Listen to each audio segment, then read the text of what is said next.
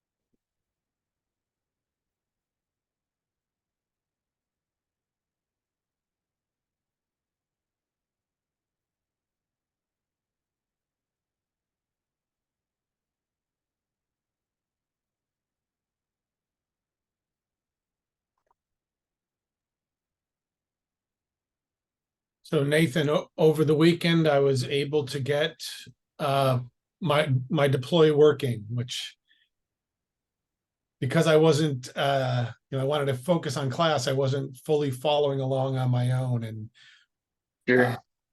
but going over the class videos and your slide deck, I was able to get it up and running. I didn't get as far as making a new deploy, which was what I wanted to do next. So compare and contrast. How is it with AWS? I found it much easier to follow, and I'm curious because I know you've You said don't say.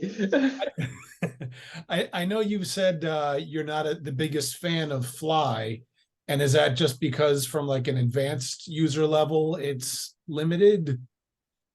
No, it's just primarily that it's been flaky. Flaky for me. Developing the materials, and then there was the service outage right when we started. So I was getting 500s randomly off and on. Other than that, I mean, it's been fantastic for me. Just has been had reliability issues. I don't know Hmm. if anybody else has hit the same thing. It sounds like nobody else has hit their head too bad on it. Well, I haven't really been hammering away on it. I mean, just like I said, this weekend, occasionally reattempting to deploy, Mhm. and then, but I did play with making some changes, publishing builds, and redeploying. Did And you also hit an issue with the initial create trying to attach the Postgres? uh, I recall you sending me something about that. yes, I honestly I don't even remember what that was at Yeah, this me point. either. I got the same thing too when I was first trying it. I got the exact same error that you did. So Hmm. it's just like little things like that that I've hit my head against that I don't know. I'll be interested because I do plan on sticking with it. I'll be interested to see how we do in the next couple of cohorts, especially because I think there's a bit there that we could dive into that's interesting. Um, so I'm excited. I'm excited to see how it stacks up. I am too. Oh, I had one question. I know you had gone through because the clerk, we didn't have a usable API key. And so I went and copied I guess it was just on the server side, but it seems like the front end, you can still click new account, and I haven't followed through the all of Max's code to see what's going on, but I don't see an API key on the front end, but it seems like it's working with Clerk anyhow. Right. And that's because that's because if you think of the way the cryptography works, the front end, all we're doing is we're sort of hashing the input. And so the only place where we need to verify that the communications are correct is the back end. So you only ever put the secret or only ever need the secret on the back end to verify that the hash is correct. I'm saying hash, but you know what I mean. So so we only ever need it on the back. And if you think about it, there's no way that we could ever distribute the secret securely on the front end, right? Because Right. Good point. So when I go in and say new user and through Clerk, I give an email address and select a password, Mhm. how is it associating that with that site? I don't know. I don't really know. That's all being I done haven't on the used Clerk side. right. I haven't used Clerk before. The way it works with Auth0, which I've taught in the past, is in order to associate it with that site, it can do one of two things. The first one that it does with Auth0 is when you stand up the SDK, because it comes with an SDK, just like Clerk comes with a little SDK, a little React component. When you stand up that component, it will have you plug in a site ID, and that's how it will register. You know, this is coming from the specific site. The Okay. other thing that I've seen, not I don't think I've seen it with Auth0, but I know it can be done is you can just look at the request. So whoever's doing the decoding on the back end can pay attention to what site it's coming from, and then just look that up in the database on Auth0 side or whoever to match up and be like, okay, it has to be signed with these specific keys. That makes sense. Yeah, and I feel like it's one of those things where you know you use Clerk or you use Auth0 or you use any really you use Okta, you use any identity provider, and they're all kind of the same, right? Like you end up needing to have a public and a private key, um, and uh, and the rest is just kind of boilerplate how they change things up from one place to another. Well, Clerk was my first exposure to such a tool. Oh, well, I say that because now that you've seen Clerk, everything else will look very similar. It's kind of good news. Will look very, very similar. Cool. Howdy, everybody. Happy Monday.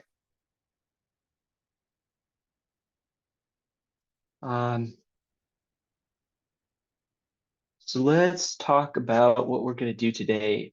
Today is going to be pretty chill. We are going to go person by person working on capstones. You might recall we did this in week 7. Famously, in week 7, we did this on our last day together, and I don't know if anybody else remembers, but we got through it in about 15 minutes because all of y'all are uh, very good and did not need much help. So we'll see how that goes today. I'm assuming that the situation will be a little bit more complex, but if we do end up getting through everybody's capstones today, that'll be it, and we'll get out of here early, and you'll have the time back. So, um, all that to say that what I'd like to do is I'm going to call on some folks that are ready now, and we'll start with those people. For everybody else, the thing that I posted a message earlier in Slack, but the things that will help me the most and make sure that we get through this the quickest is, you know, if you're still working on features for your capstone, trim them out or turn them off or comment them out or something to that effect. Make it so that your front end and your back end are actually deployable. Um, and then if you're still working on those features, feel free to turn them on later. But really what we want to see is we want to make sure that we can deploy the front end and in the back end and make sure that the two can talk back and forth. because I want to make sure that everybody gets to graduation and is able to show off a deployed website, not just a website on their computer. Any questions about that?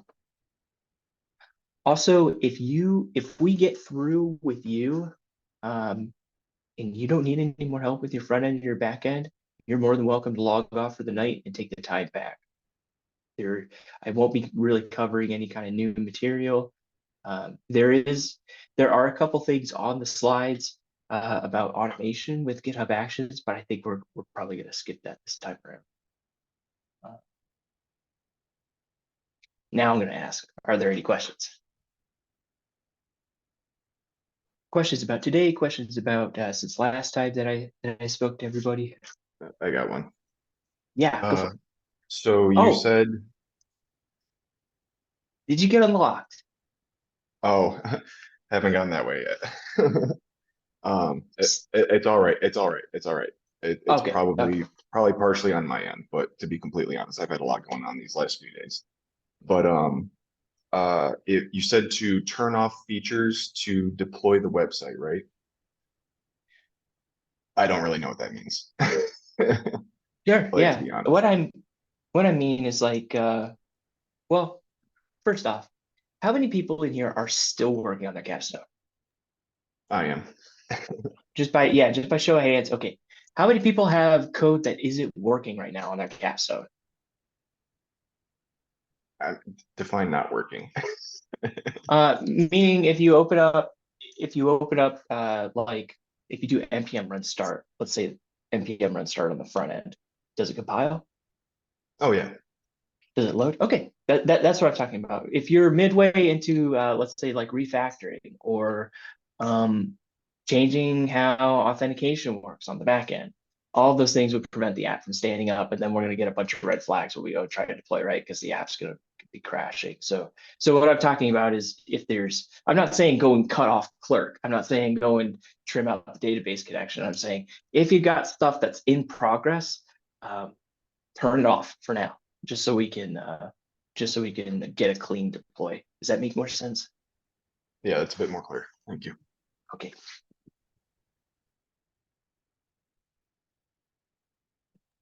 I have a question. Yeah, go for it. So I'm trying to now put my stuff on GitHub.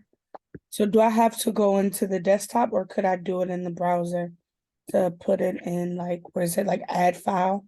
Can I use that to put my code in there or do I have to do it through the desktop thingy? You could do it through both. Remember back in week 7, the first method that I showed you was literally drag and drop. So you can add files using the GitHub UI. Alternatively, though, try doing it through GitHub Desktop. And if you need help, let me know. Because GitHub Desktop, you should be able to add, commit, and push. Okay, I think I just got it. Okay, cool. Go to github.com though and verify after you've done it. Go to github.com and verify that the files are there. Okay, thank you.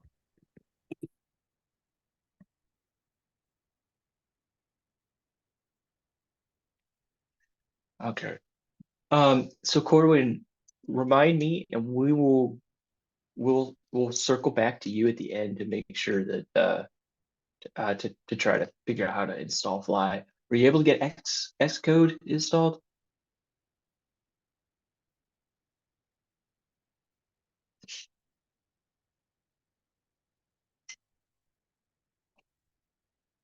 Like, okay, well, I was gonna type it, but that's like partially. So the weird thing with the betas, and I didn't think about this early on, you have to like sometimes you have to deploy through the developer app. Sorry. And that's kind of it is kind of mess with like going with VS Code sometimes. Hmm. Because I was having I had been having like some issues here and there, but it's like I don't know, it's hard to explain. Were you able to run Fly? No? Okay. All right, well, we'll look at it today.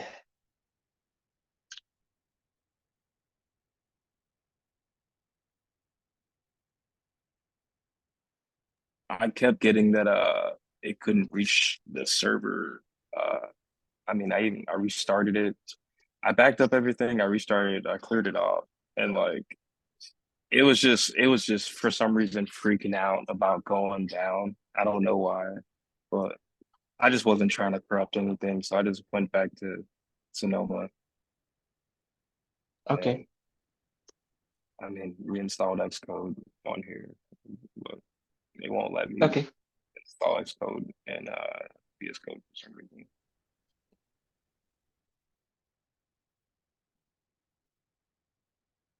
Okay.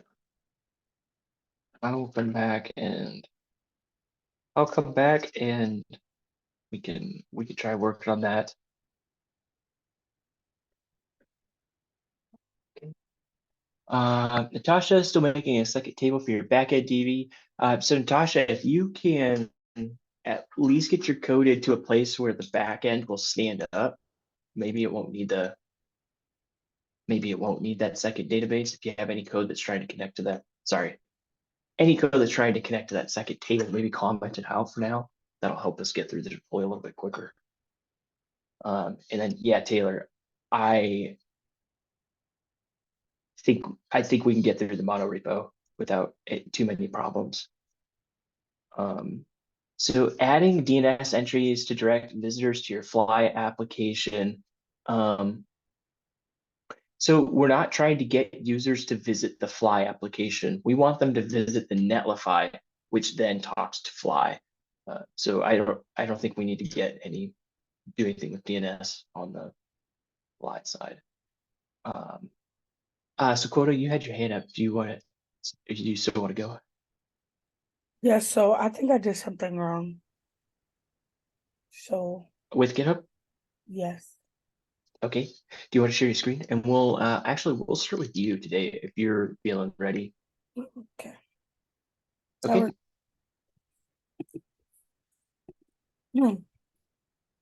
Okay. So I created, let me go back here. So I created my back end. I also created the front end, right? Mhm. Then I went over here and I did add, and then I did clone, and then it's right here. Mhm. But I'm not sure how I go and get my code from Finder from my desktop this to go in here. Okay. So you've got that Finder window. Leave that up on the right. Mhm. Click where your mouse is right now, and hit that Show in Finder. There you go.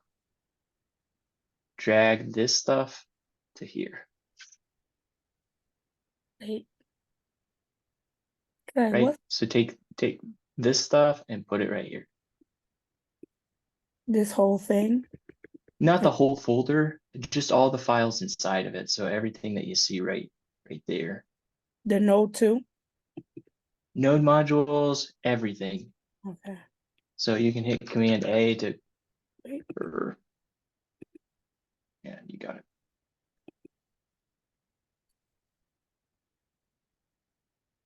Yep, and then right there. Nice. And then if you click here, back on GitHub desktop, you'll see all this stuff got added. Now it looks kind of gross. You see there's like over 300 files changed. This is again because it's tracking node modules. So if you want to not have all of these files showing up, you can create that .gitignore. Remember that? Oh, okay. So Um, do I do that in here? yeah. So create a new file. Yep. Call it .gitignore.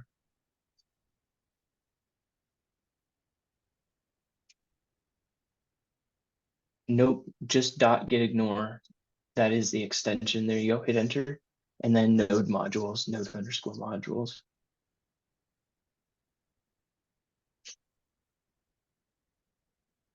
That and that's what I want. And drop an E right up after the nod. There you go. Okay, click back here. After you save, there you go. Yeah, notice how we got rid of a bunch of that clutter. Commit and push. Okay.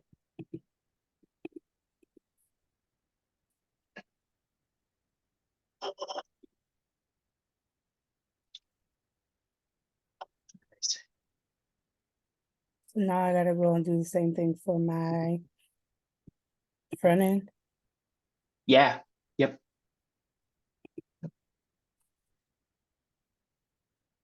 So create a new, yep, there you go. Clone, yep.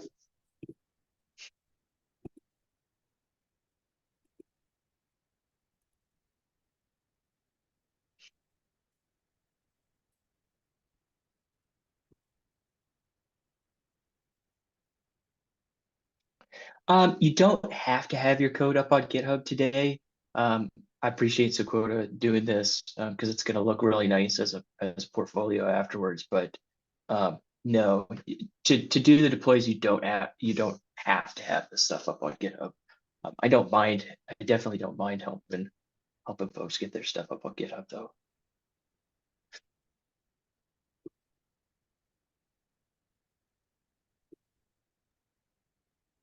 Oh, I need to do I need to open this in this, right? And then I need to do a file. I need Yep, to good catch. it's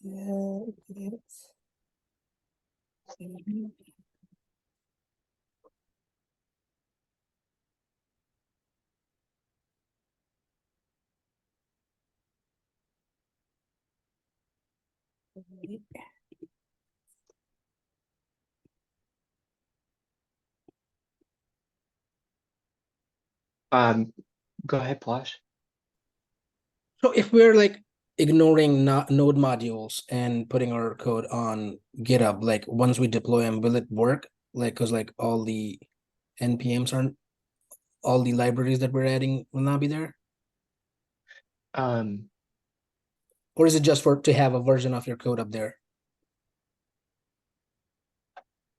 so when we do the deploy, it actually runs npm install for us. When we're deploying the backend, it actually runs npm install for us.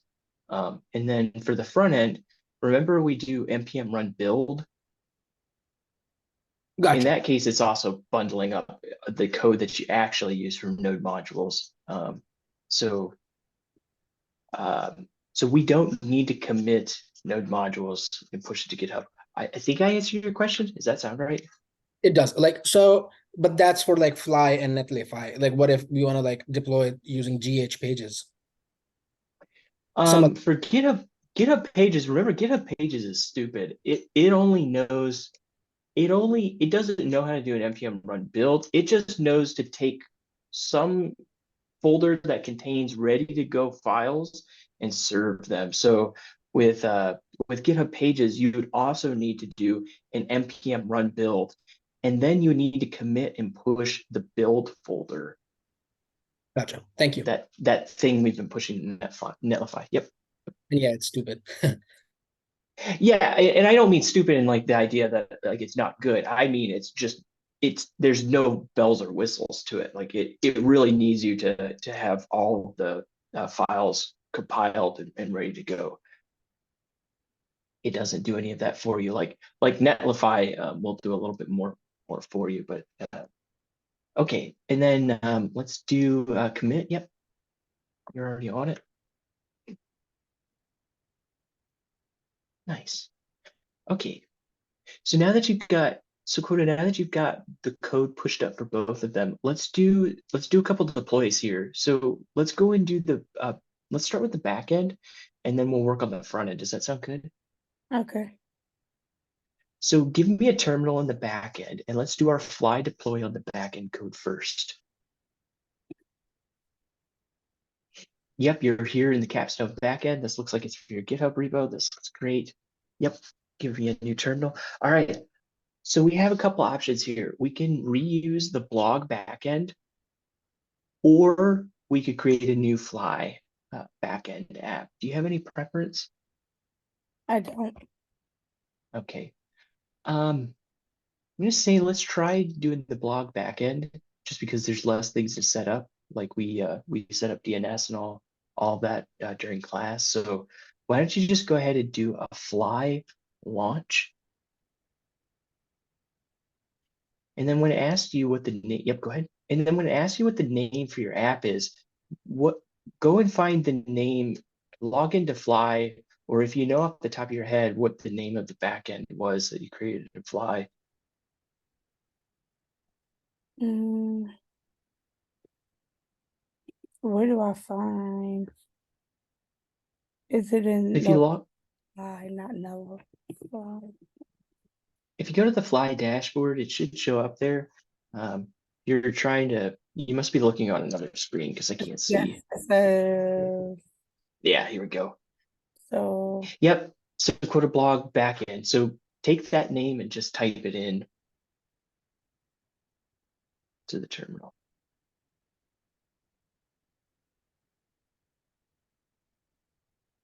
Was that already? Blog. Log dash back dash end. And it'll say this already exists. So just say yes, you want to launch into that app. And then you can just hit enter. It's asking you which one you want to pick. And then if you want to set up Postgres, just say no, you already have one. We'll use the one that's already there. Oh, I So, did yeah. mine through because I didn't set up a Postgres. I left early that day, so my backend doesn't have Postgres. Oh, then yeah, go ahead and hit yes. Good catch. 'Cause I didn't. Actually, it says that you have one. Mm, I mean, I don't know. I guess I'm confused because I did like my stuff for my database in Beekeeper. Mhm. Does it automatically go over to Postgres? So when you set that stuff up at Beekeeper, you were connecting to your Fly database, so you were Okay. connected to it. So I think just say yes here. Let's just reuse that one. Yeah.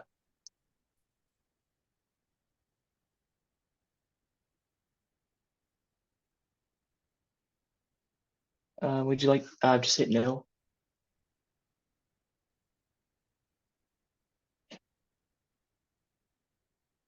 Nice. Okay, let's do a Fly deploy.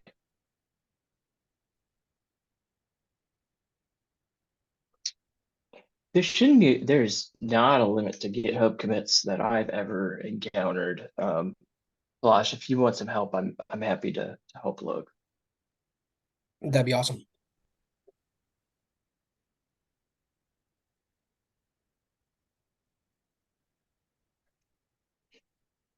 All right, so while this is going, let's go ahead and get looking at some of the logs. So behind you, Sakota, hit that monitoring tab on the dashboard, and let's take a look at some of the logs coming in, trickling in now as this starts to start up. Okay, so notice we've seen this error before. I just saw it pop up. Econ refused. Does anybody see what error this is?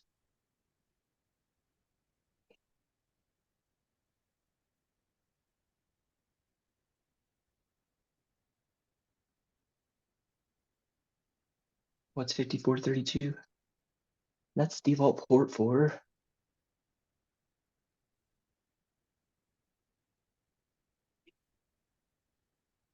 The default port for Postgres. 5432 is the default port for Postgres. So Sequoia, show me your backend code. Take me to where you connected the database, which is probably there in server.js. Show me where you connect. So you do a DB connect using PG client. Oh, so you haven't started using SQLize yet. I'm not doing mine in SQLize. Well, I didn't do mine in SQLize. Okay, so I don't have, then I don't really have code for you. I have connection code for SQLize, but what you'll want to do starting around line 13 is make a note for yourself here. You need to connect to a database that is called process.env, that database URL. Do you remember that in class? We updated the blog backend to connect using that environment variable. No, what is it again? So start a comment. The environment variable is called process.env, Dot what? ENV? env for environment, dot, and then it's all uppercase, database underscore URL. Database underscore URL. Oh yeah, I think I do remember that, seeing that from somewhere. So that special variable, I think for the blog, didn't we do that in DB.js? we did that.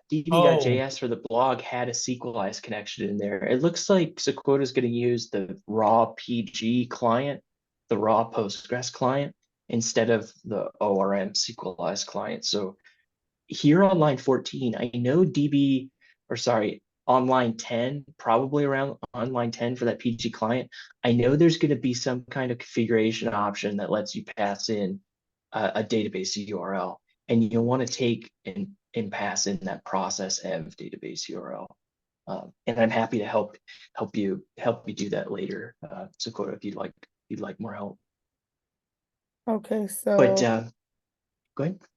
do I have to stop right now since I don't have this up? Well, let's stop with the back end. I want to help you with the front end. So you've got a back end deploy, it's crashing. So this will be where you'll want to get started is trying to fix this back end so it doesn't crash. But I want to help you with the front end so you at least have the front end deploying as well. Does that sound okay? Okay. So When you're working on that back end, just rerun fly deploy anytime you make changes and then test it to see. Okay. Yep, yeah. terminal here in the front end.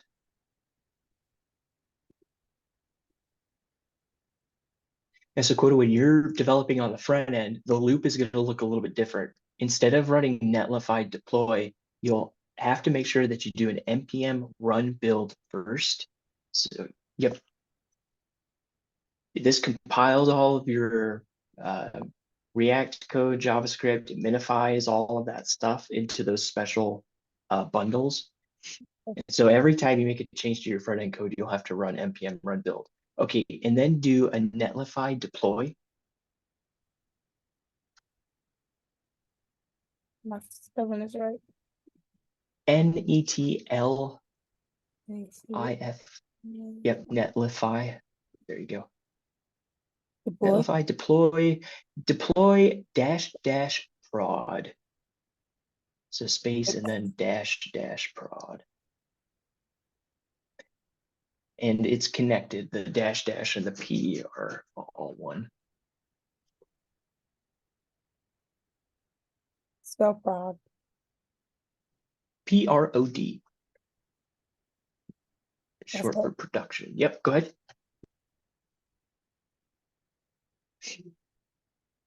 All right, so let's reuse the blog front end. So hit enter. We're going to link this directory to an existing site.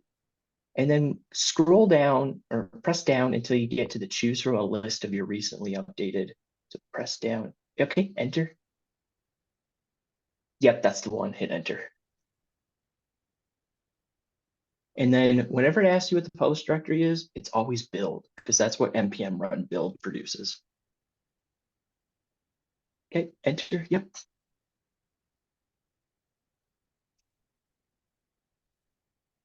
Cool. Now, if you click on that website URL, command click into that website.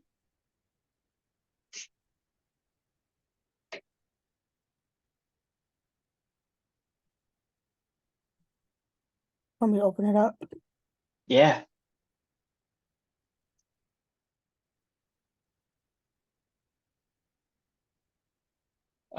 Okay, and then right click and let's look at the network inspector real quick here. So let's look at the dev tools. Yep, inspect, see what's going on here. What's going on in the console view? Missing publishable key. Is this from Clerk? Yep, it does have clerk.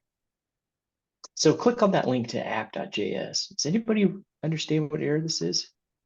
Missing publishable key. Okay, so we're missing a Clerk publishable key. Do you know how to solve that error? Yes, it should. Where's my? Yeah. Okay, well, so Quota, I'm gonna leave you with this and move on. And then if we have more time, I'll circle back to you. Does that sound good? Yep. Awesome. All right, anybody want to volunteer to go next? Danny, all you. Okay, what do you want me to share? Let's start with the back end. Give me a screen and Uh, let's do the back end deploy. Here, let's move some stuff so I can see what's going on. Do-do. All right, back in. Boop. Nice. Yep. Give me a terminal.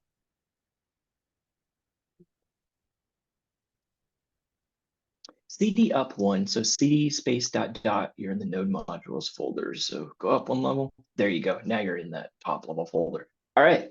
Let's do the backend deploy. That's going to be a fly launch because we need to get this project initialized.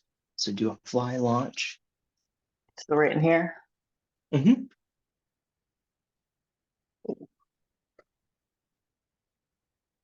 And just hit enter.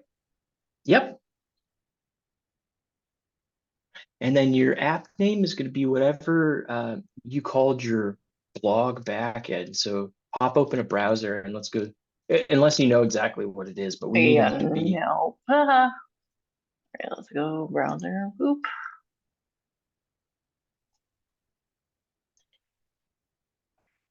So what do I put in here? So go to fly.io, Boop. and then it's Danny-blog-backend. So let's go Alright, and throw that into the terminal. so right here. So Yep. Danny, what was it?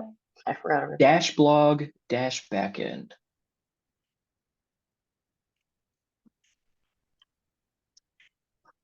Enter. Mhm.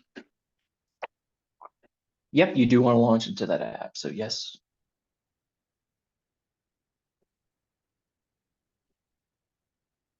And just pick a town. Yep, that looks good to me.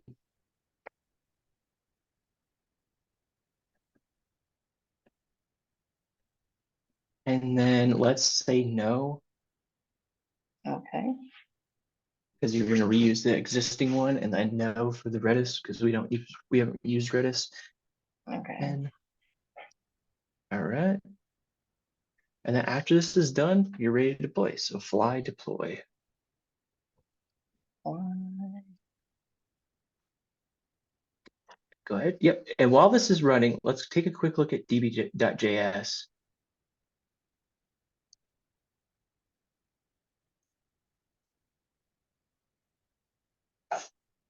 So notice line 5 is going to have the same problem that we encountered with Sequota, and the same problem we encountered earlier, or sorry, middle of last week. That is hard coded to talk to localhost 5432. We need that to connect to the Fly database when it's deployed. Do you mind if I take over for a second? Nope, that's perfectly fine. Okay. I'm like, where is it? All right. So the code, remember last time we did a little something like this where we initialize, oops. We start off with a variable that contains the value of what the database URL will be, if we're not on fly, and we'll do a Boolean to see if process.env.database URL, special this special value that fly sets for us, if that is set, if that's truthy, we'll overwrite the contents of this box with whatever fly gives us, whatever is in that database URL. And then instead of hard coding the connection here, we will change it to database URL. And we're already using DB as a variable, so I'll switch that over. Okay, let's redeploy.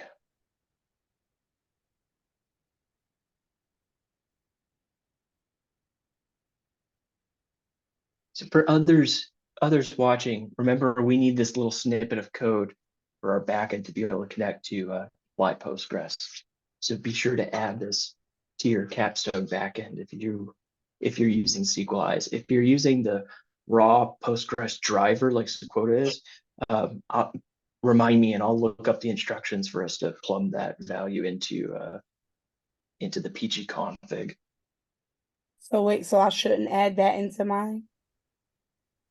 Well, SQLize takes the database URL as the first parameter in its constructor. You see on line 9 that when you're instantiating the database, you literally just pass in the database URL.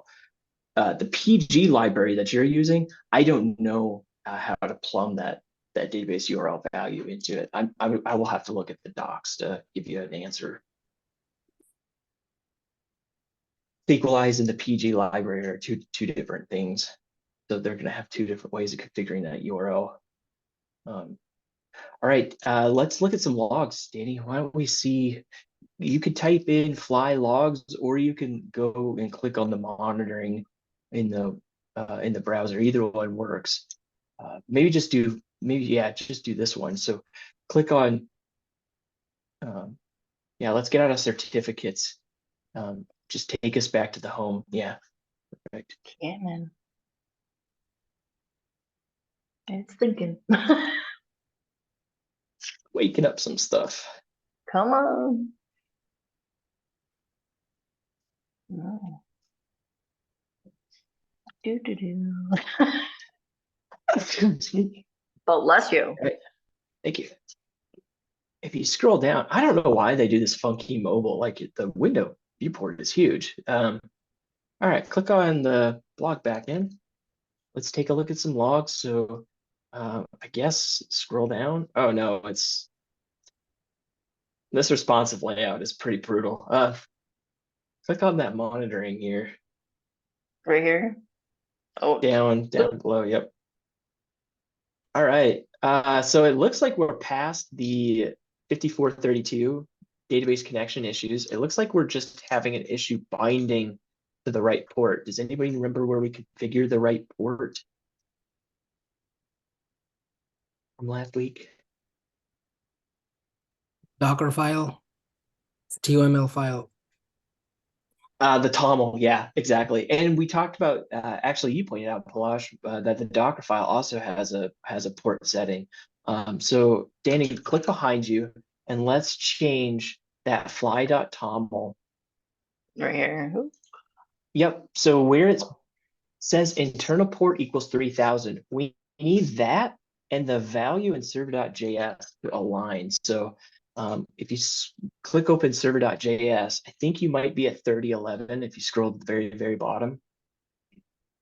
Yeah, so you bind on 3011. Now you can change that 3011 to a 3000, or you can change the fly.toml to a 3011, whatever you prefer. They just got to be synchronized. Okay, let's do another fly deploy. Yep, exactly. So right down here again. Yep.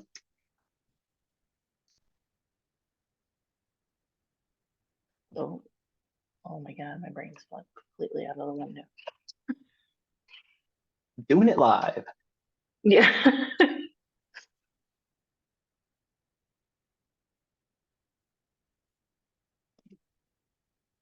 do. Yeah, I worked with Ryan for a couple of years. I'm not surprised that he would say don't use Sequelize. He's definitely in the camp of knowing how to use Postgres underneath the hood. Okay, back behind you, let's see, how are the logs looking? Is it happy? Is it starting up? It looks like it's executing a bunch of startup database. This looks great. I think it's starting up. Can we check? Can you if you scroll up and go to, sorry, click on the overview down here in the bottom left. This deal down here. Oh, And then click on your host name. Let's go navigate to your backend. Cool. It looks like it's online. hooray. All right, let's jump to the front end. Alright.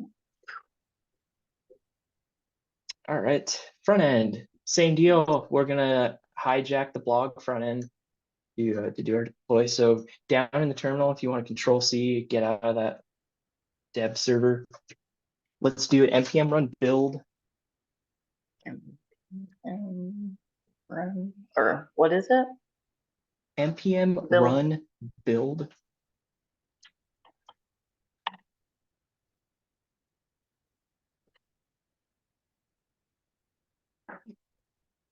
And then netlify deploy. It's a netlify, netlify. So Oh, so wait a minute. N-E-T what? netlify, L-I. lify, yep. Dash prod.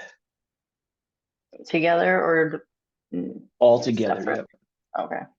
Oh, well, yeah, separate from the netlify. So Okay. space.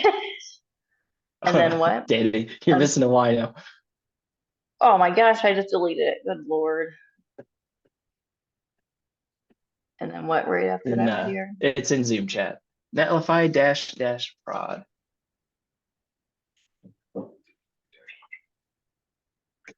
Oh my gosh, I'm like having a deploy dash. Base after the Y. Oh, I'm good. Okay, I'm sorry. Dash prod. Just like Nice. that. Yep. Sorry, I struggle with words, so I get a little It's nervous. okay. Hit enter. Let's link this to an existing site. Scroll down, choose from the recently updated site. So, yep. That's it. Dainty squirrel. Yep.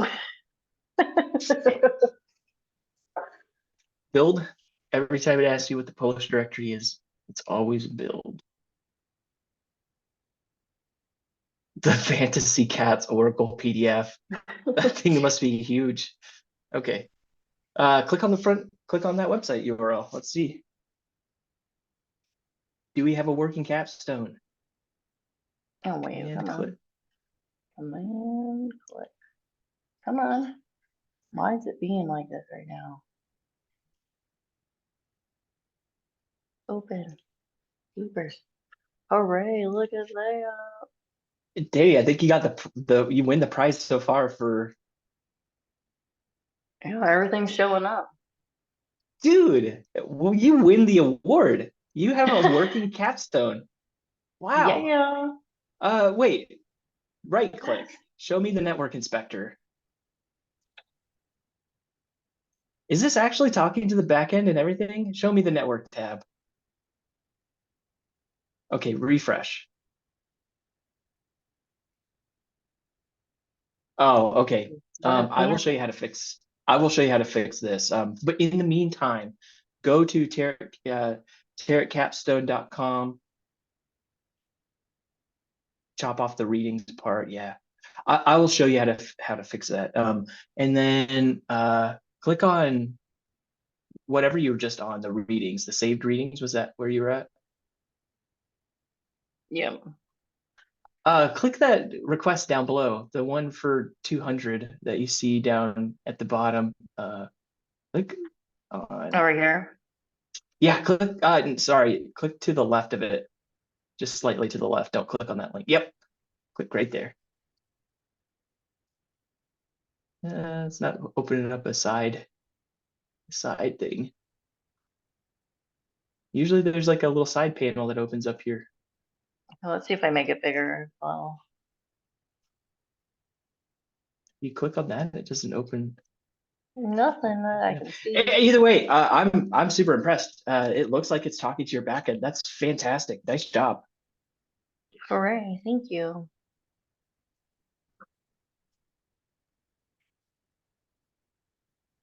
Awesome. All right. Who wants to go next?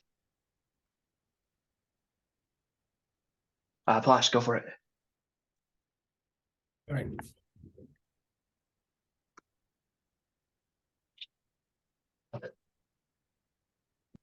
All right, see the screen? Yep.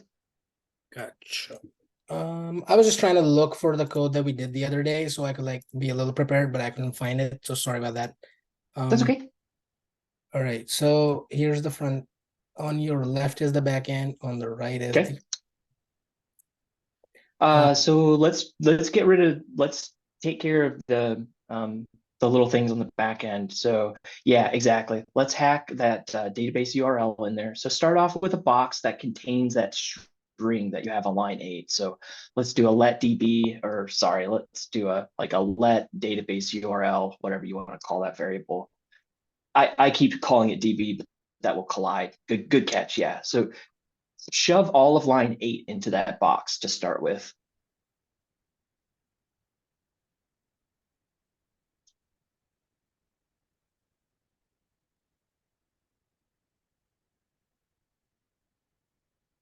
Cool. And then after you've got that box, DB URL here. exactly, yep. After you've got that box on line 6, do a check. So do an if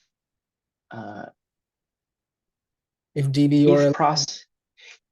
No, you're going to check to see if process.env database URL is defined. In database URL is all uppercase, exactly, with the underscore, exactly.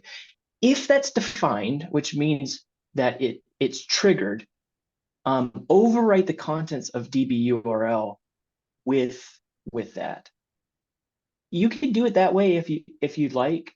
We'll just have to kind of flip the logic around. I would start off by assigning DB URL to that string value. Oh, gotcha. And then if it's truthy,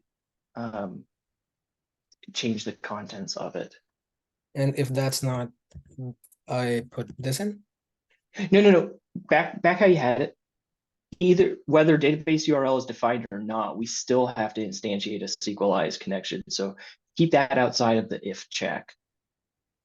So move that back down below. Perfect. Now what you want to do is if process env database URL is truthy, then set DB URL equal to the process env. Yep. Set that equal to the value of whatever's in database URL. Exactly. So what you're doing is you're testing to see if database URL actually contains something. If it doesn't contain anything, it will be undefined, which means line 7 will be false and you won't enter that if condition. Gotcha. All right, great. And then the other gotcha we know about earlier was the TOML. But first, in order to generate that TOML file, we need to do a fly launch, and it will generate all that stuff for us. So down below, Control C, and then fly launch. We're going to repurpose the backend from the blog. So if you know your backend blog app name. Oh, okay, we're gonna repurpose it. Yep. I think it was this. Oh, whoops. Sorry. It was. Oh, wait. Yours was special. We were going to recreate one, right? Okay. Yeah, because we said we were going to get it right on the capstone for yours. So don't go back and let's just make a new one. So choose an app name, call it Capstone Backend or something, whatever you want.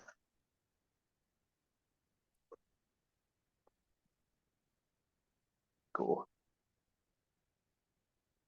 Then I pick a location. Yep. Doesn't matter which one. I would put it somewhere close. Atlanta, Georgia works. Yeah. Hit yes. And then I'm gonna pause. Okay. So now that you have that, go ahead and update the flight. Yep, you're already on it. What do I put here? 3011? Whatever you got in server.js. Okay. And Docker too, or doesn't matter? Doesn't really matter. Okay. All set then. And then you're good to do the fly deploy. Okay.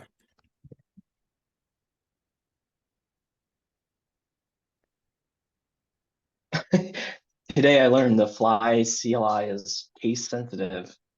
Uh,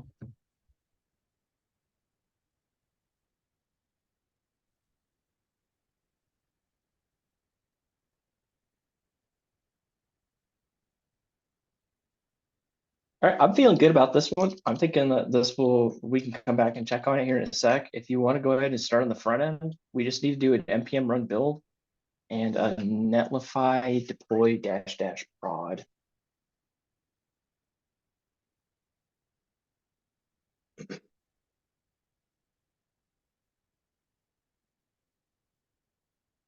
Nullify prod deploy. Deploy should come before the -- prod. I think it matters. Good enough. Yeah. That's good. Yep, looks good. When it asks you what you want to do, hit enter. And Link. we'll go and pick. Yep, we'll link this to an existing site. Choose from a list of recently updated. We'll steal the blog front end. By the way, everybody, you can actually rename your Netlify. You can't do it with Fly, but you can rename your site with Netlify. Yeah, go ahead and hit blog front end. And then it's build. And so anybody that wants to rename their app in Netlify, let me know and I can show you. It's under settings. There's a spot, kind of like GitHub for your repo. There's a spot in there that you could rename. Okay, let's command click into that flixmatch.co and let's see if we got everything working. No. I'm guessing this is also a clerk key issue. If you right click and inspect what's going on in the console, let's see back over in the browser. What if you right click and open up the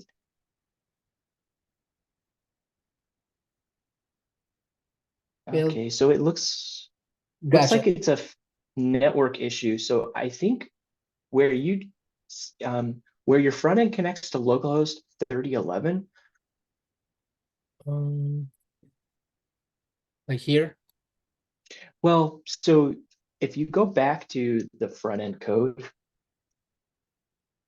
and you go to API URL.js, I think if you update this to whatever the URL is for your deployed backend, you'll be all set. Because right now it's trying to connect to your local Node.js as opposed to connecting to your deployed Fly backend. Does that make sense? So I update this to the that connection string that I got. Not the connection string. That's for Postgres. You want to update this to well, let's go and look. If you go back to Fly, the Fly dashboard.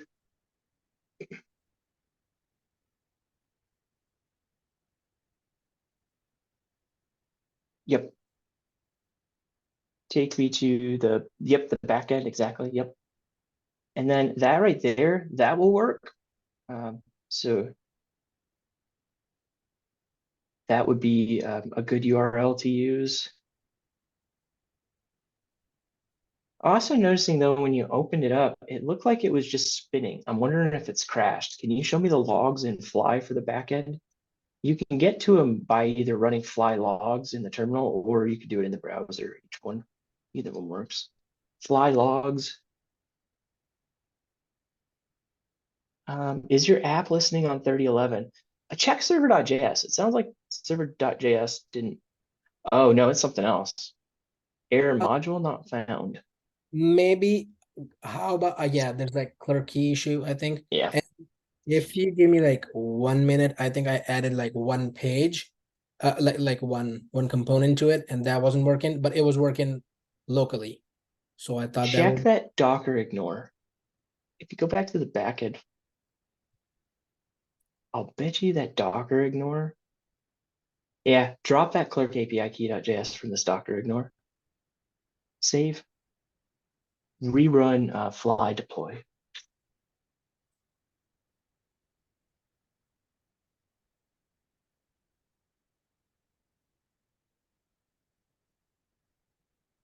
So your git ignore is ignoring that file, which is good because you don't want to commit and push that secret key up to GitHub. So you don't want that to be exposed on the internet. When we do fly launch copies whatever's in git ignore and puts it into Docker ignore, thinking that it will be helpful to you. We do want that key to get sent up when we do the fly deploy. So that's why we just removed it from the Docker ignore. It shouldn't show up there again. gotcha. It says failed See, to, though this is the kind of stuff I was talking about that just kind of like frustrates me about Fly. They're like little things like this, but like Fly will sometimes just not like let it deploy go through. Like it's little kind of weird speed bumps like this. So Palash, the only thing I can suggest is to just rerun the deploy. um, Yeah, try that again. I'll check the Fly status page and see if they're actually in the middle of an outage. Doesn't look like it. I got a question real quick. Should I have in my front end, in my back end, should I have a Docker ignore and a GitHub git ignore? In the back end, you Yeah. should have a Docker ignore if you did a Fly. Well, the next so Coda, I bet you the next time you do a Fly deploy, it will produce a Docker ignore for you automatically. All right. So I think what we should do is we should actually destroy the that box. So here, I'll let you do this, Palash, so I can move on. Sure. Do this though. Go into the Fly dashboard real quick. Yeah, it's Click not. on Oh, it's well, actually, oh, nice. yeah. Hey, nice. Very cool. Cool. And then for the front end, nice. Very nice. Oh, it's connected to the database and everything. Nice job. Um, for the front end though, you updated that API URL. Don't forget to do an npm run build, netlify deploy, and then you'll be able to test the round trip. Let us know how that goes. Okay, perfect. Thank you. Yeah, that's strange. All right. Shit looks good.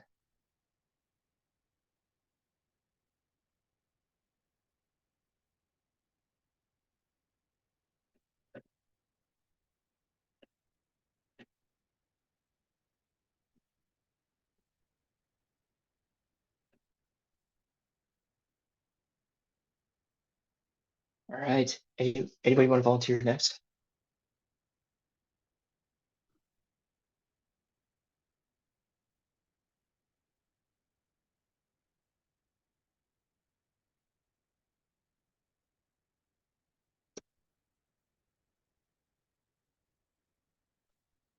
All right. I'm just gonna pick on Shannon.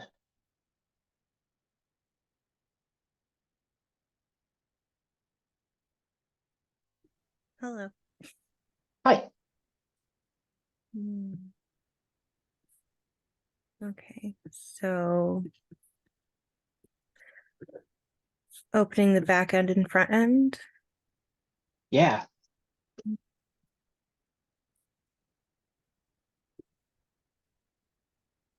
I'm really anxious. I don't feel ready for this, just so like so in It's the okay. We're going to take it one step at a time. okay. That's what this is all about. Share a screen with very nice Flash. Nice job. Yeah, share a screen that just shows me some code and we'll get started from there. Okay.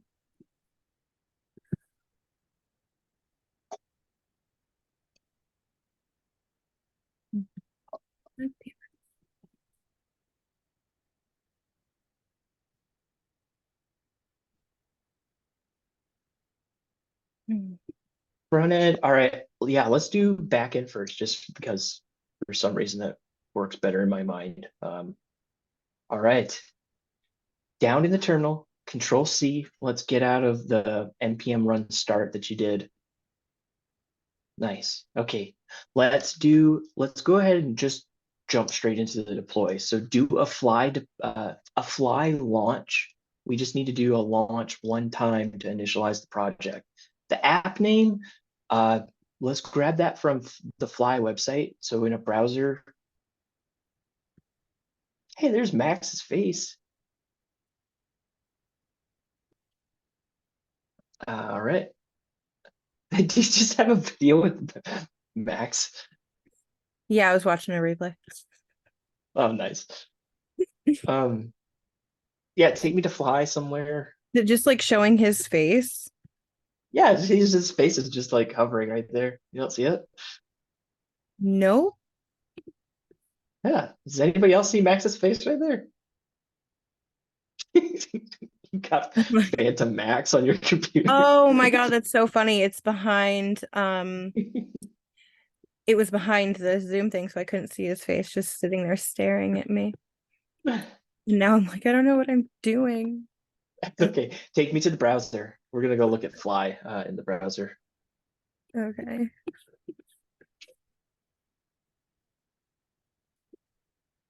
Oh my God. It looks like that purple tab second. Yeah, that one looks promising. Yeah, here's Fly. Nice. Okay, Jesus. All right. It's called Shannon-blog-backend. All right, back into the terminal.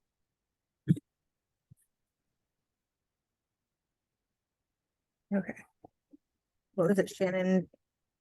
Shannon-blog-backend was what we saw.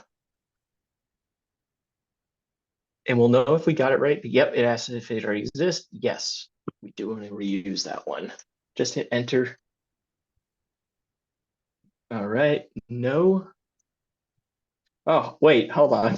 Wait. Hold on. We accidentally selected Amsterdam, Netherlands. Let's just Control C to get out of here. Oh gosh, it wants to keep going. That's okay. I think we might be able to fix this in the fly.toml. If you click into that fly.toml, sorry, back in the code, there's a file called fly.toml. Okay. Change the primary region from AMS to ATL, put it in Atlanta. All right, that'll fix that. Okay, now let's do a fly deploy. Okay.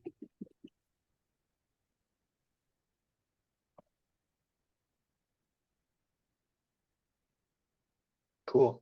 While this is going, because we know it's probably going to crash, because there's two things. There was the port and then the database connection. Those are two kind of little gotchas. Let's go and fix the port one first. So back in server.js, what port are you binding to in that server.js file? 3005. Okay. Edit fly.toml and let's tell Fly what port you're using. Cool. All right, let's look at the database connection. Back in db.js, here, yeah, same thing that we've done done in class. Does anybody mind posting their snippet for the sequelize? Flash, do you have that handy? I think My it's also in sequelize, sure. Like what file would you like? give me that snippet that we wrote for the sequelize connection that Which we okay. That little logic that we wrote. yes, please. Gotcha. There you go. Ignore the last line. Perfect. Yeah, so Shannon, grab that snippet that you see in Zoom chat minus the well, yeah, just grab it all for now. And then we'll just replace stuff there here and there. Okay. And paste it after line 6. After line 6? Yeah, let's put it after for now. All right, and then replace, see how Palash has his info on line 7? Replace your info with his, or rather his info with yours. I don't know. Get rid of Palash's stuff there and put your connection there. Yep, delete all that out for the Okay. his Flix match. Yep. How do I do that? Because I don't have like a name for a website. So delete the string. All right. Grab what's on line 6, everything in that string there. So Postgres up to capstone. Not the sequelize, just the string there. Yep. And throw that into line 7. Okay. Chop off that parenthesis. Yeah, chop off the parentheses. This is just a string, so chop off the parentheses at the beginning and the end. There you go. Now, after line 10, do that what you have on line 6. Create a new sequelize. Yep, take all of what's on line 6 and bring it down below after the if am I just statement. copying right here? Sure, yep, that works. And then in the parentheses for the new sequelize, use the variable DB URL. So, yep, DB URL. And then semicolon. Nice. All right. This is all we need. Now you're going to connect to the Fly database. Let's do another Netlify deploy. Or sorry, Fly deploy. You knew what I was saying. Yeah.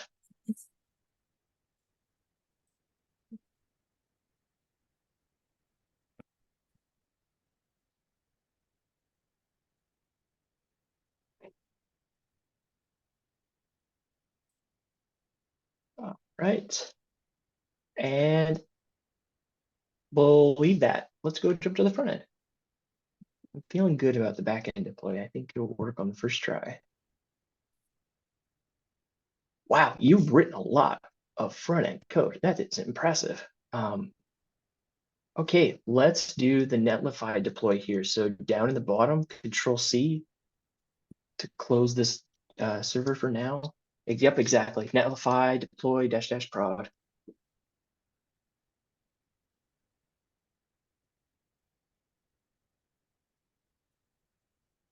Yep, existing site. We're going to steal the blog front end. Yep, go ahead and hit enter. And then choose from a recently updated site. So go down one and then hit enter. Oop. Just start typing blog maybe and hit enter.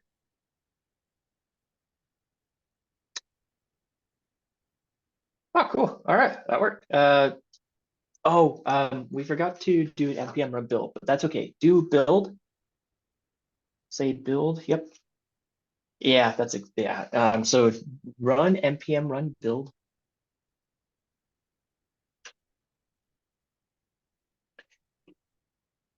And every time you make changes to your front end, you'll every time you're going to deploy, don't forget to do an npm run build beforehand, because you saw what happened when we did forget.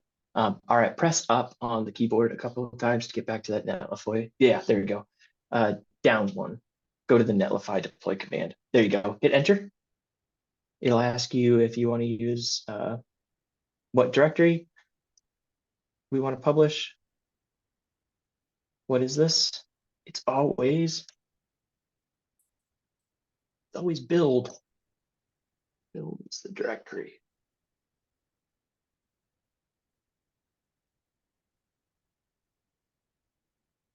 All right, let's click in. Let's see. Is it working? I'm clicking here. Yep.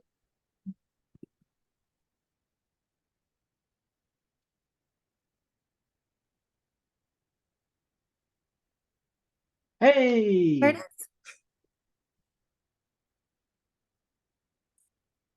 awesome. Nice job. Thank you. Does your front end make any calls to your back end? Not yet. Working on that. Okay. Well, let me know if I can help. Before I let you go, show me that the back end is actually running. Switch over to the you can switch to fly or in the turn. Yeah, let's just go to back to your fly dashboard. Okay. That works too. Yep. And then click on the monitoring tab. Let's look at the logs and just make sure that it's sitting in happy there. See, this is exactly what we want to see.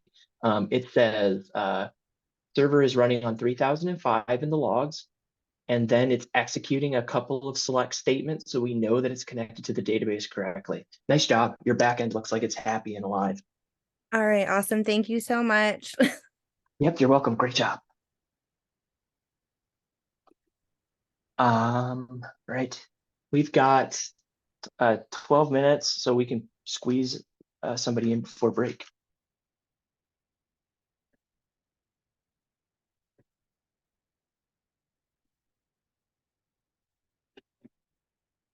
Anybody?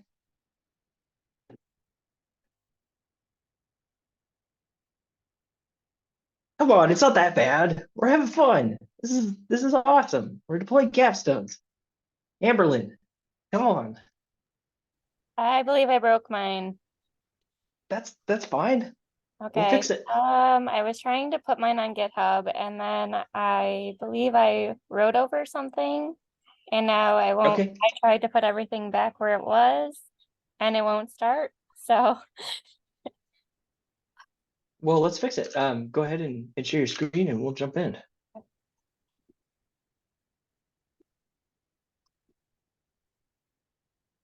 okay.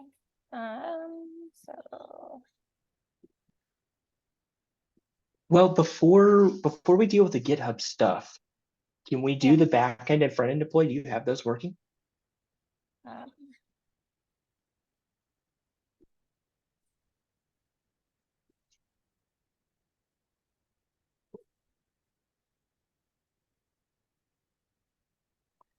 So here in the front end, if it's complaining about not finding React scripts, do an npm install.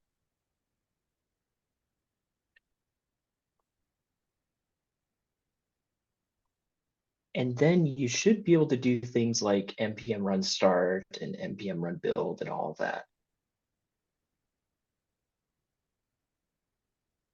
Yeah, so now you should be able to do like local development and all that sort of stuff again. okay. And that was it. But to get going with the back end, yeah, you've got the back end pulled up. Nice.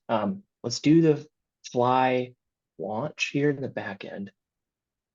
And it's complaining about not knowing where Netlify is. Okay. Anyways, let's do fly launch. Okay. Control C to stop what I was doing, or it doesn't matter. It doesn't look like you're in anything, so maybe just try fly launch. Command not found fly. Okay. Close this terminal and create a new one. I'm wondering if it's just because this is old.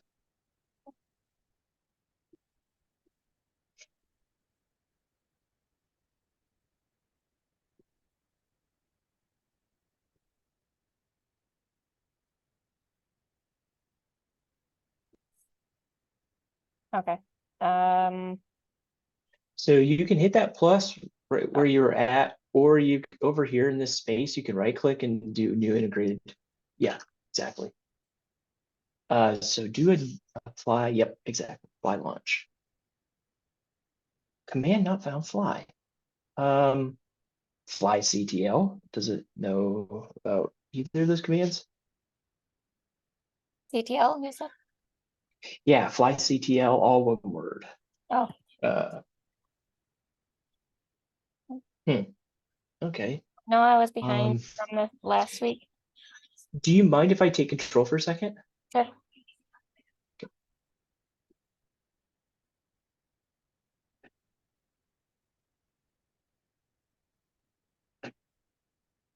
So yeah, why not? Okay. Let's look at your ZSHRC. I had It doesn't exist. I've had these two still popped up from last week where I was. Uh-huh, that's exactly what I was looking for. So leave this open here. Let me take a crack at it. So we want this right here. These two things. And then back here, we'll do them. And we are going to install both of those.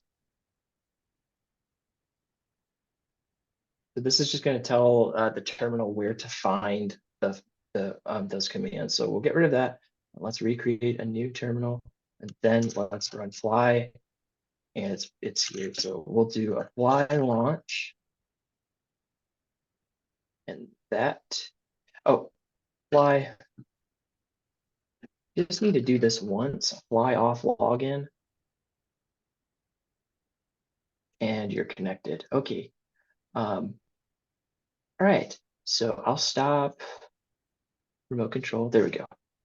So go ahead and do fly launch. That will set your project up for using fly. When it says choose an app name, give it whatever app name you want. All right. And then make sure that they don't have spaces. So like floral dash, otherwise it'll complain about. Cool. All right. And then just hit enter.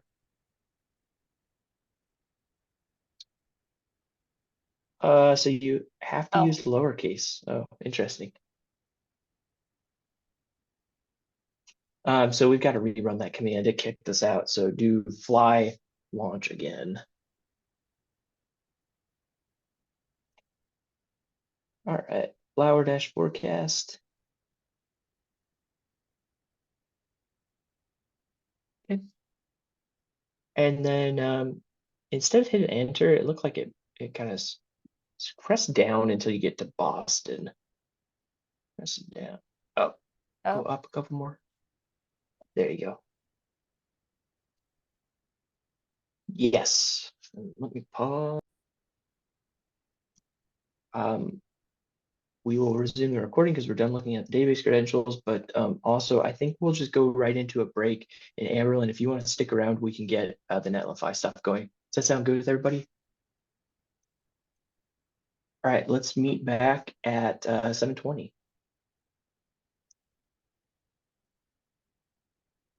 Okay, so go ahead.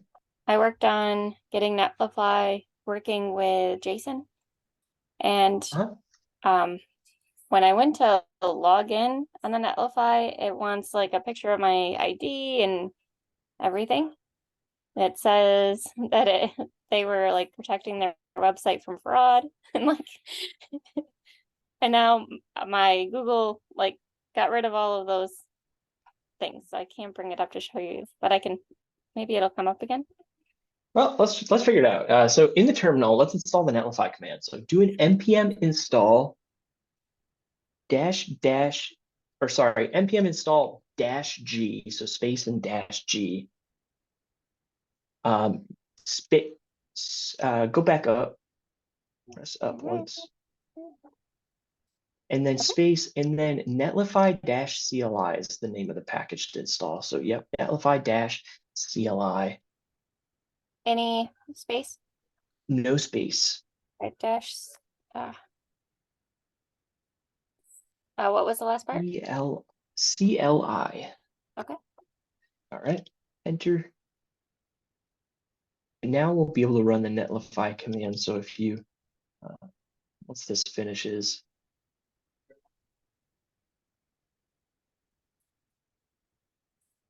I think what we'll need to do is do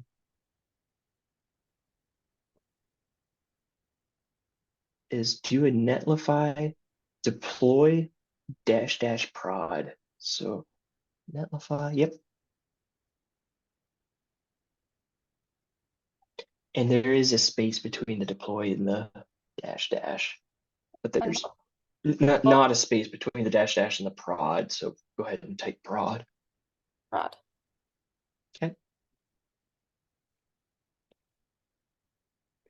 Now I'll ask you to log in with GitHub. And that's where I came. Oh, it's because I don't think that you use GitHub when you first logged in. So don't use the login with GitHub. Go back. And then what did you use? Did you log in with email? I thought I pushed GitHub and then I tried to sign up with email and then it said it already exists. So can you, yeah, do you have creds to log in with a password? I guess we'll see. I have this email password.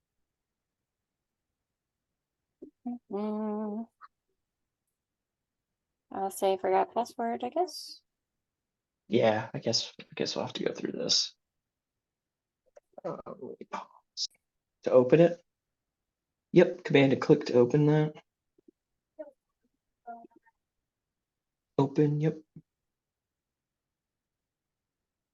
Authorize. Nice. All right, your terminal and Netlify are synced up. Okay, back in the terminal. Let's click down to the create and configure a new site. Link. Sorry, with the arrow keys, go down one and then hit enter. Okay. Team, yep, enter. You can leave this blank if you want. Alternatively, you could call this like what flower floral forecast. Okay. No debt, Okay, no enter. space, right? Yeah, no spaces. Yeah, I think that is pretty popular. So if you have more that you can tack on there. Nice. And then the directory is called build. Anytime it asks you to provide a published directory, it will always be build. Yep.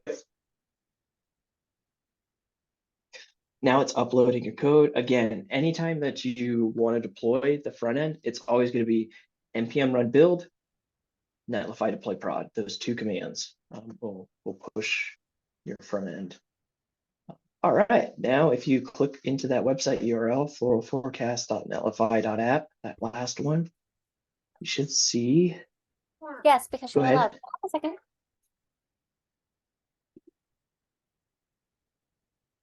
Sorry. Front end code deployed. Nice job. Thank you. I don't know if we'll have time today, but if you schedule a one-on-one with me, we can get that domain name that you bought. Because right now, notice how it says netlify.app. On graduation, I want that to, when you go and show the demo, I want that to be your domain name. It will look so good. I have it. I bought it. Set. Okay, set up a one-on-one with me and we'll get that plumbed in. Okay. Thank you so much. All right, I'm gonna hop off for break. See y'all in 13 minutes. Okay. Okay, go ahead. Can I like copy the entire database on here and make changes to it? So I will show you how to do this. It's not terribly straightforward. Okay. You have to do it one by one for each table, unfortunately. So let's start with like movie ratings. This one works. Right click, export. Export it not to CSV, but rather export it to SQL. Down the bottom. All right, yeah, then just run this. And then All right. Yeah, you know where this is going. So in Beekeeper, switch over to the Fly database. So, how do I so do you'll that? have to close out of that window to get back to the Oh, close it out and restart. yeah, it's that whole thing. So All right, yeah, switch. Yep, exactly. Yep. I go here and then Switch I to the database.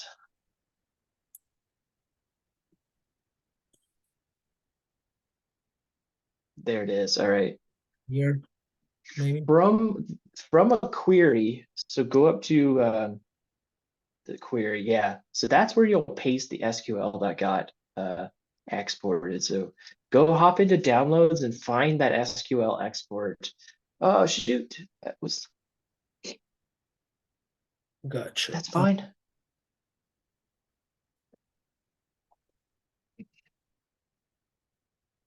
Too many windows. There.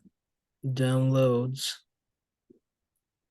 And I move it here. Oh, gotcha. Oh, nice. I didn't know you could drag and drop it in there. Yeah, run it. All right. Run selection. There was a problem. Insert or update on table while Oh, key. so we need the users table to exist. It has a foreign key on ratings. So Oh, you'll have to play around with this. I think it sounds like you need to import the users table, then I'm guessing the ratings or maybe the genres. You'll have to figure out that dependency ordering. that's totally yeah, that's fine. And now I have a thread to follow. Thank you. Yep. All right. Let's wrap up the remaining folks. Again, just a quick reminder, if you've already gone and you're feeling good, you are more than welcome to log off for the evening. Okay. I'm gonna pick on Taylor next. I'm ready for the mono repo challenge.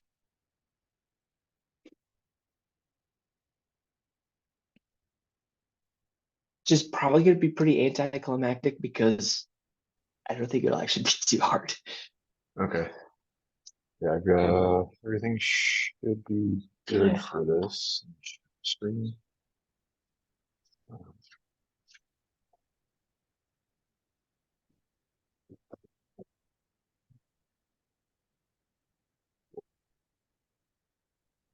Mhm.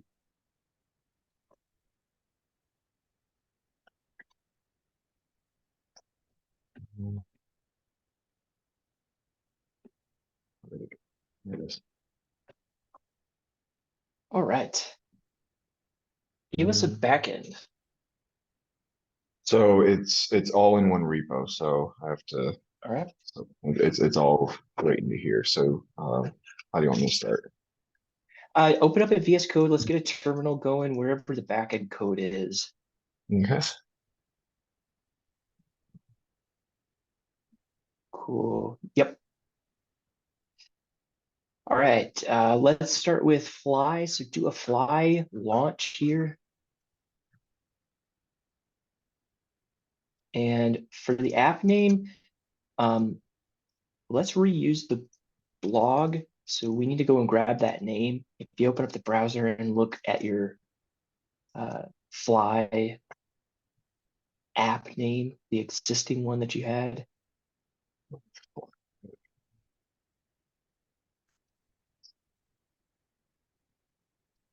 I don't. Wait, is this gonna be an issue if I don't have a domain name that I can use or whatever? Or my issue with Nope. cheat? Nope. It won't.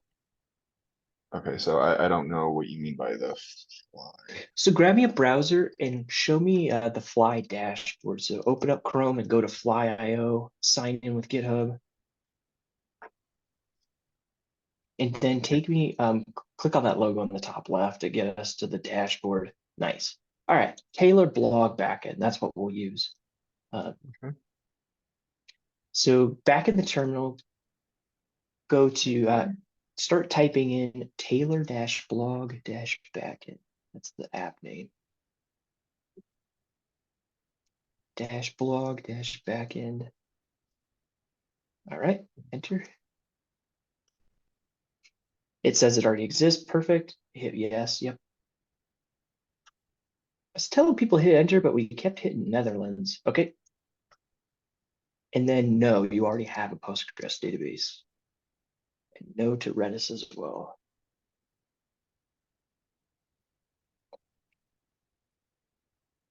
All right, usual suspects. Let's do the port match for server and fly.toml. So hop into server.js for the backend.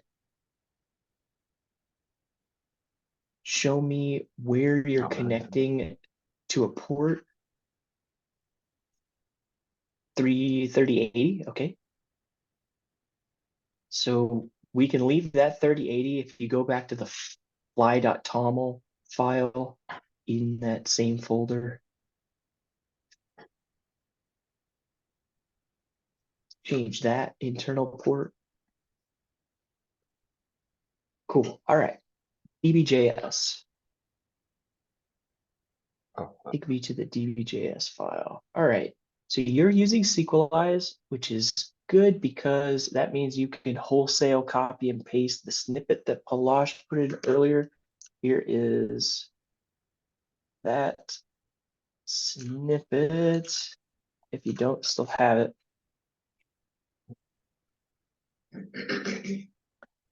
Okay, and then just, where am I posting that again?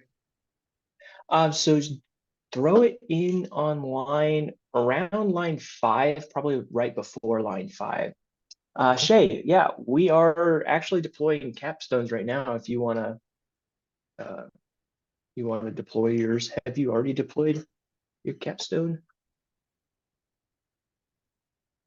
And then change all Palash's stuff with what you've got.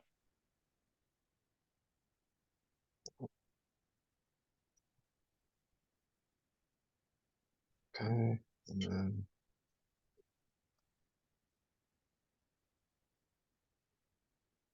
And you should be able to nuke line 9 and your code will be all set. All right. Let's do that. Let's do that deploy. So fly deploy.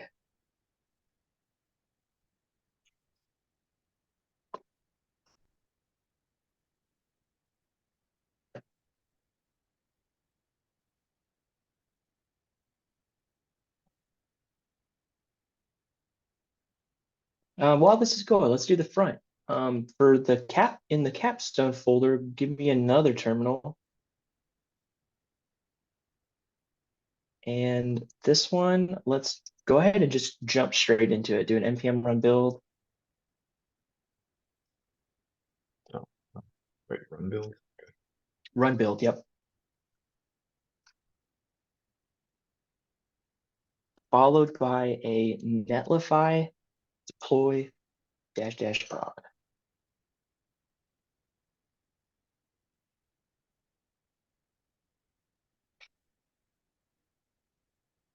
Let's link this to an existing site, yep.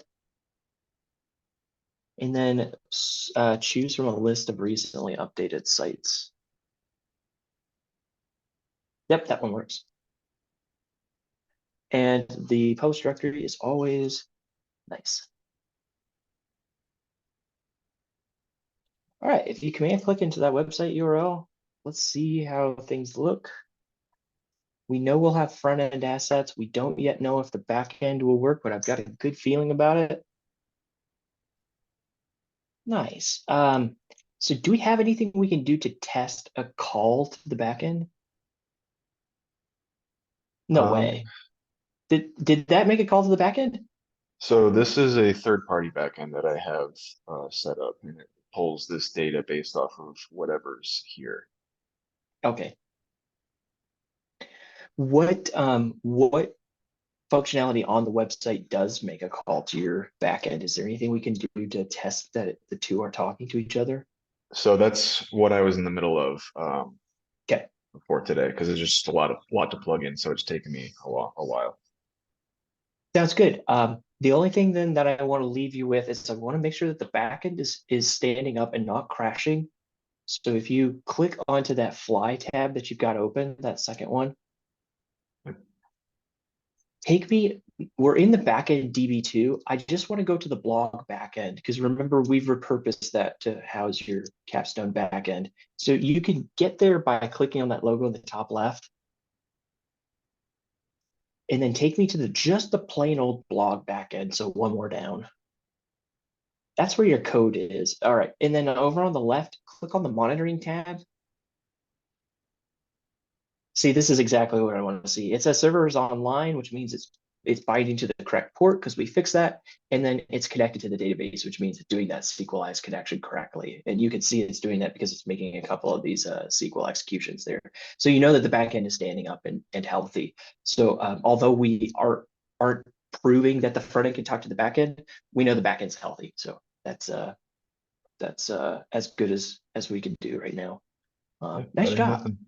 Awesome. Yeah, no, this is fantastic and super anticlimactic because it really was not a pain to set this up for a monorepo. Nice job. Yeah, that was super smooth. Alrighty. And then whenever you get back into Namecheap, feel free to set up some time with me. I'd be happy to run you through setting up that domain quickly. Yeah, I'll set up a one-on-one with you. Awesome. All right. That was really quick. Let's capitalize on that time. And I had a question about whether you can deploy without submitting a credit card. it's possible on Fly to do that. It's tricky though. I had a really difficult time. They give you one builder and it's really tricky. I would try my best to try to get that hobby plan if possible. Yeah, I was attempting to do it ever since we did it like last week. And for some reason, the site just don't want to accept none of my cards, like the numbers or anything. I've been redoing it. I was like, leave the site, come back.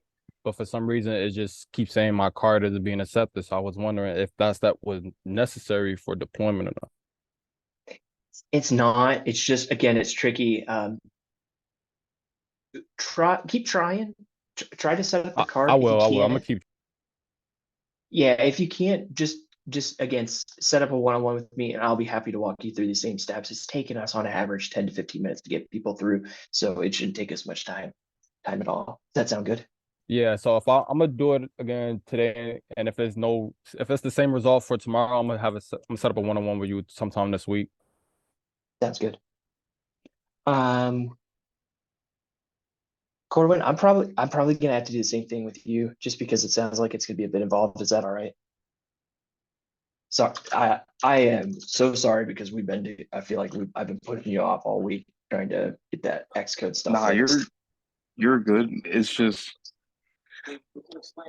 I was experiencing things like a couple months ago, and I didn't think it would be that bad. But now that it's like trying to get into deploying everything and matching the front end and back end, now I'm starting to run into code with certain running certain commands. Yeah, set it, and I'll post the link for my Calendly, and I'm pretty free this week, so everybody is more than welcome to set up time with me, and because I definitely for graduation want to see all of the capstones deployed, and I know other folks are looking forward to seeing that too. Okay, Natasha, did you want to work on your capstone and deploy your capstone? Is it in a good place to push out?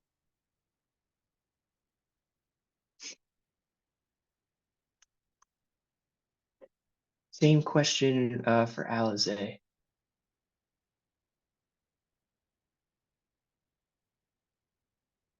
If y'all can hear me.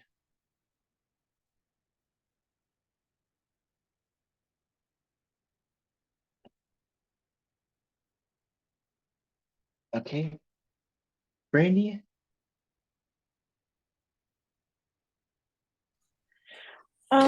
Yeah. Sure.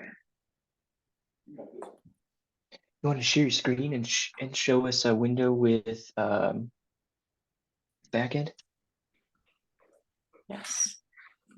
Okay. So.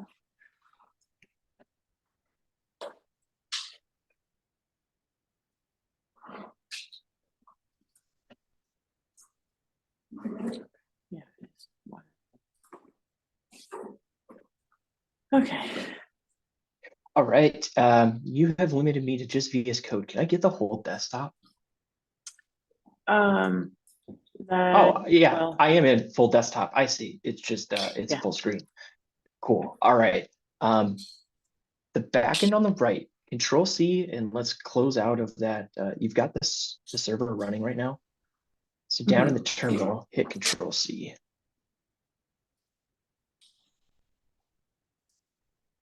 Okay, cool. Let's do the fly launch first.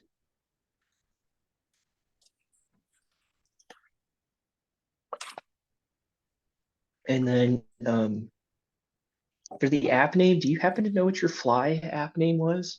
You open up Chrome and go to the fly website. Brandy-blog-backend, that was the name of it. Okay.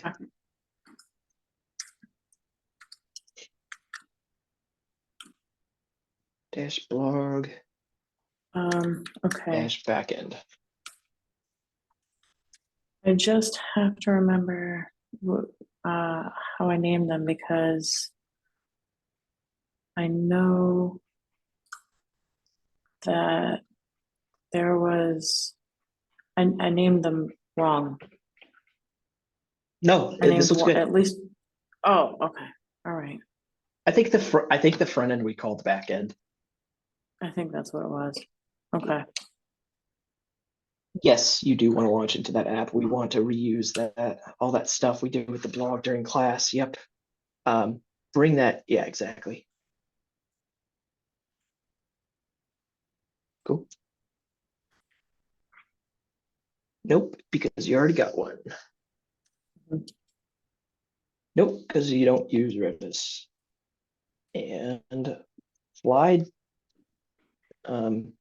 Let's open up the fly toml file in that code where you were at.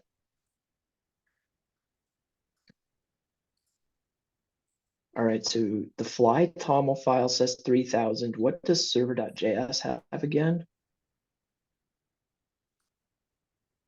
Down at the bottom, you are connecting to 3005. You can make that 3005 a 3000 and that'll fix it. Or you can make the fly toml 3005, whichever one. Cool. And then inside of server.js, show me how you're connecting to the DB. Are you making a database connection yet? Okay, so you have a request table. Back in DB, yeah, show me db.js. There we go, yeah. All right, same thing that the others have been doing. Lines 5 through 7, replace, we need to use that snippet that I posted in chat earlier. Do you know what I'm talking about? I came in a little bit late. I don't know when you posted it. Doug's got it. So okay. that snippet there, don't replace it. Keep that code around for right now that you have highlighted because we need to steal some of the stuff that was up there. But yeah, paste below or something.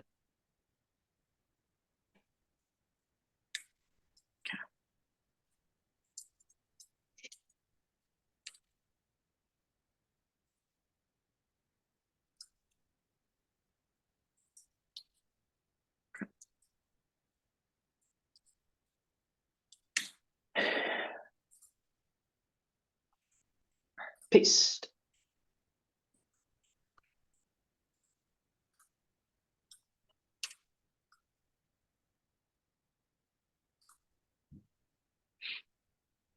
And then, yeah, replace line 9, that string that has Palash's stuff in it. Replace that with the string that you have up above.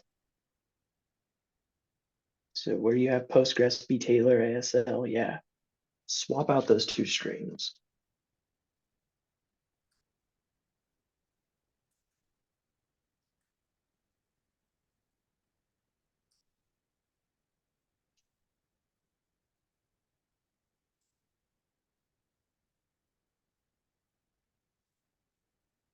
Nice. All right, let's deploy the backend. Fly deploy.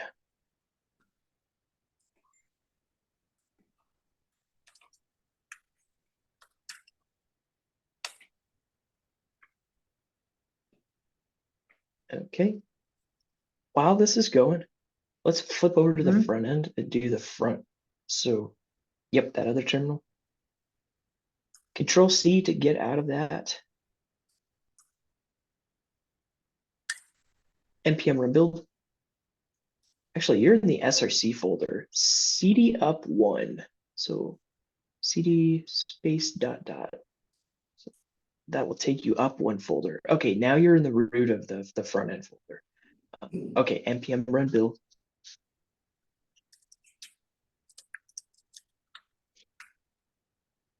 Perfect.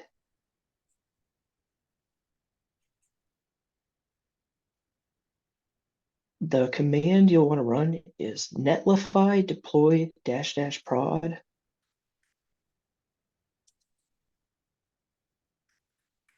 Netlify deploy -- prod. So you have it right, just inject deploy in between. Yeah.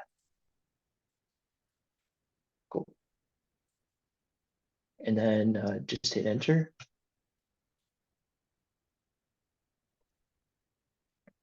Link, yep, enter. Let's choose from a list of recent sites. It seems to be the easiest.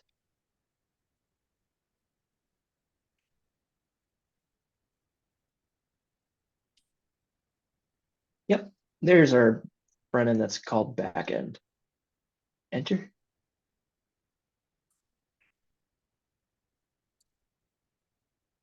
Cool. Publish directory is always build.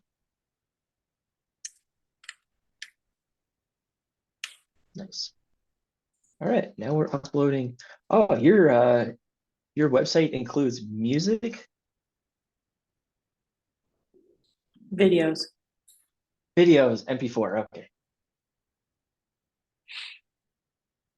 All right, let's click that website URL. BrainTaylor.me. Let's see how we did.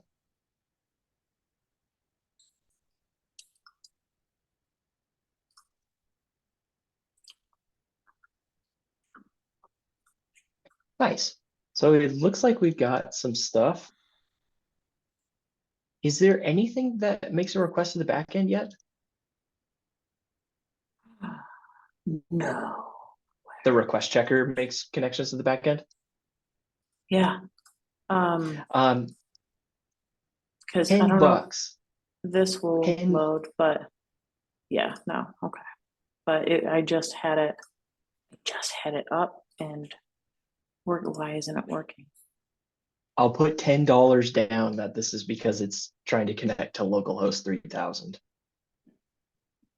If you open up the network inspector,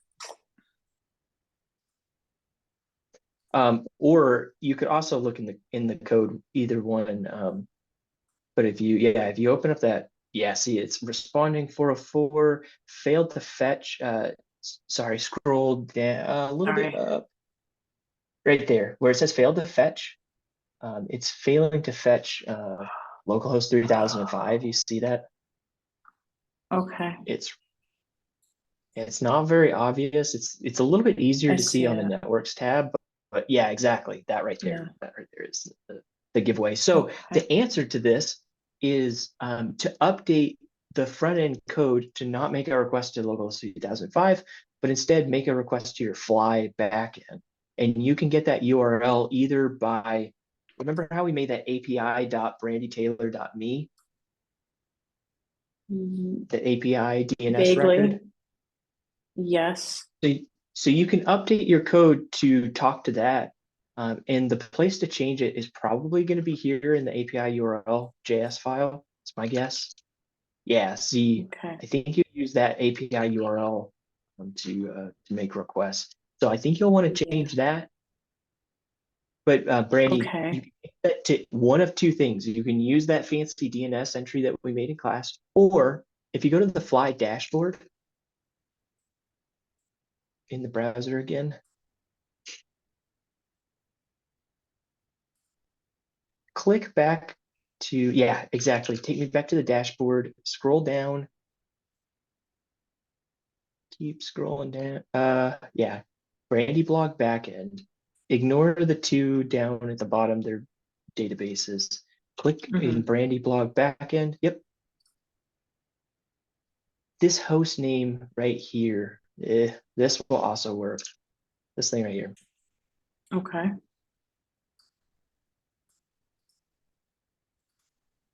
In fact, you can open that in your browser and you might get something. So am But I yeah, putting exactly. that in the Yep. text? Yep. All right, and then down below, every time you make a change to your front end code, you have to do two things. You have to do npm run build and then netlify deploy. It doesn't just show up instantly. Yep, it's npm run build.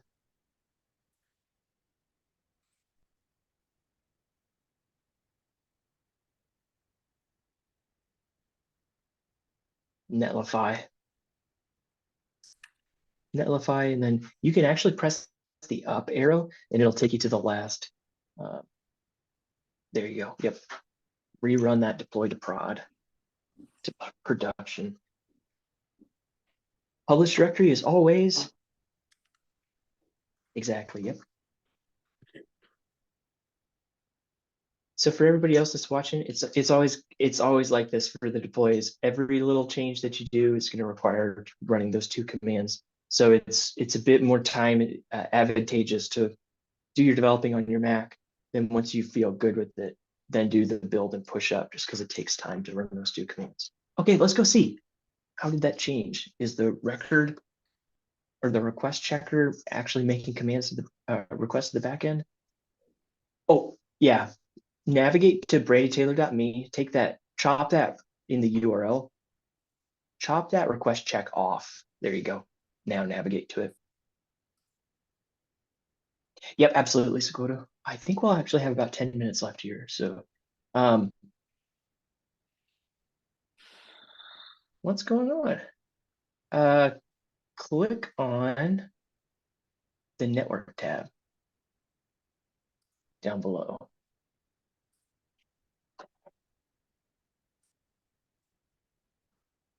All right, navigate to some other page and then back to the request check.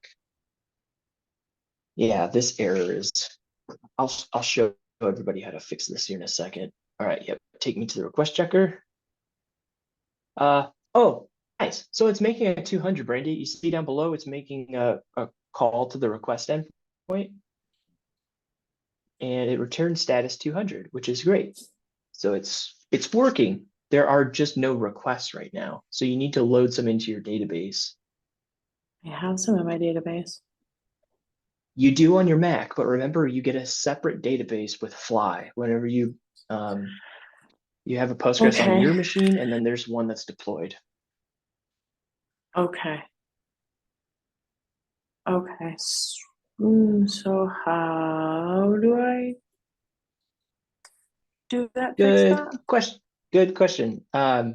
I think set up some time with me in a one-on-one, and I'll be happy to help you load some entries into your database. Does that work? Yeah, that's fine. Thank you. Yep.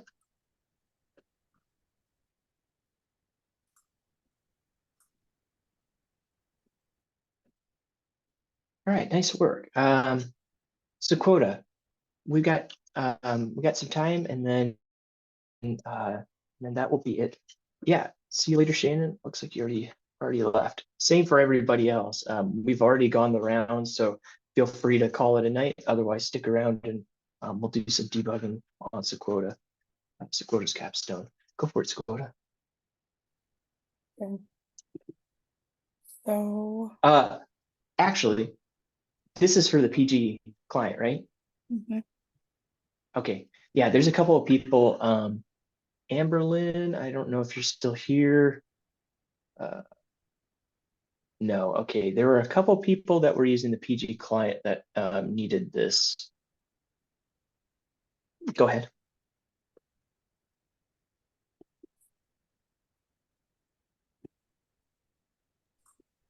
Real quick, I just wanted to say that when I just went in and like made a new request and put it in, and that did show up in the checker. So that is working. Excellent.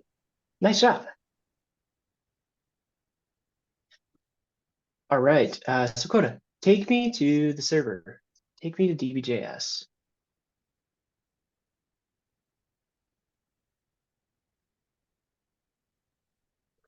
Wait, where am I going again?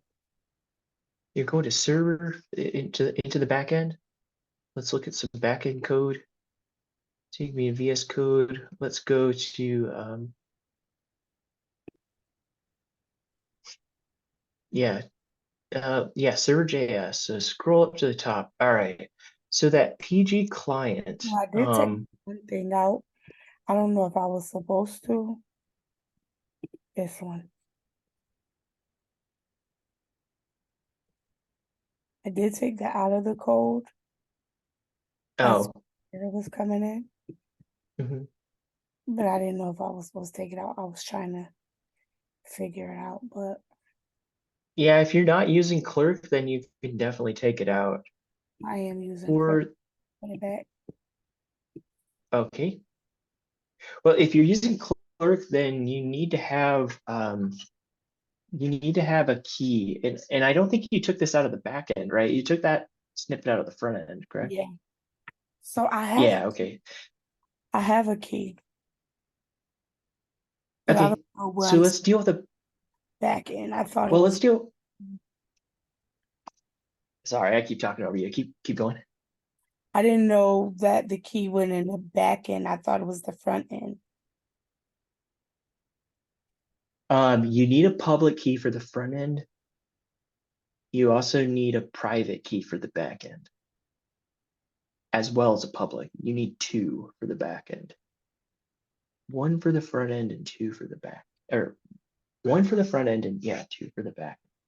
So I don't know, like, do you have to stop the recording so that it doesn't show? Because I want to show you my Clerk thing. Oh, yeah, we can. Let's